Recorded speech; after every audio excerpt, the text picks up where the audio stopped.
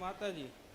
હા હા બ્રહ્મા આપણા કુળદેવી ખોડિયારમાં. જોયું ભુવાજીએ ભૂલા પડ્યા. એવું એવી રીતે ના પ્રશ્ન કરાય. કુળદેવી તો એક જ ના હોય આપણી, એમ પ્રશ્ન કરાય. એમ કહું, એમ પૂછો. અરે માનો કે અત્યારે તમે વિચાર કરો કે બાળકનો જન્મ થાય તો એક જ માં હશે ને? બે માં એક બાળકને જન્મ આપો કે એક માં એક જ બાળકને જન્મ આપો? આપણા કુળદેવી કોણ થાય? હા હા. અચ્છા, ખોડિયાલ થાય કે બ્રહ્માણી થાય એમ તો પૂછ.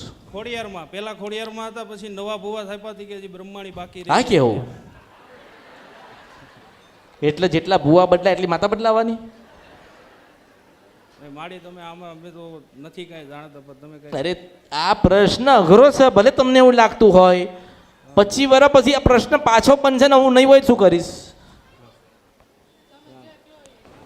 અરે તમારા ભુવા એમ કહે છે કે ભાઈ બ્રહ્માણીએ થાય ને ખોડિયાલે થાય, એમ કહેવાનું થાય ને એમનો. તો તમે બે માંથી કોઈ એકને નક્કી કરો ને, એમ તમને કહું છું. ખોડિયારમાં તો બ્રહ્માણી નહીં ને? બ્રહ્માણી કેન્સલ? માઈ તો તમે જે રસ્તો બતાવશો એ રીતે હું. અરે આ ભુવાઓ જ ફાંફે ચડ્યા હશે તો એની વસ્તીનું તો શું થાય?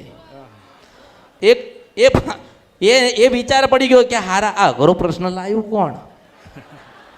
આ વસ્તી, મારી વસ્તી આવો પ્રશ્ન કરવા માંડી. ભુવાન થાય તો ખરી ને, આપણે પેઢીને ભુવા હોય ને આ પ્રશ્ન કરે કે ના ઉભા રહો, કુળદેવી તો હંમેશા એક જ હોય. તો ભુવા માથા ખંજોરે કે આ પ્રશ્ન પેદા કાંઈ થાય છે તો આ દેખાશે અમૃતની મેલડી.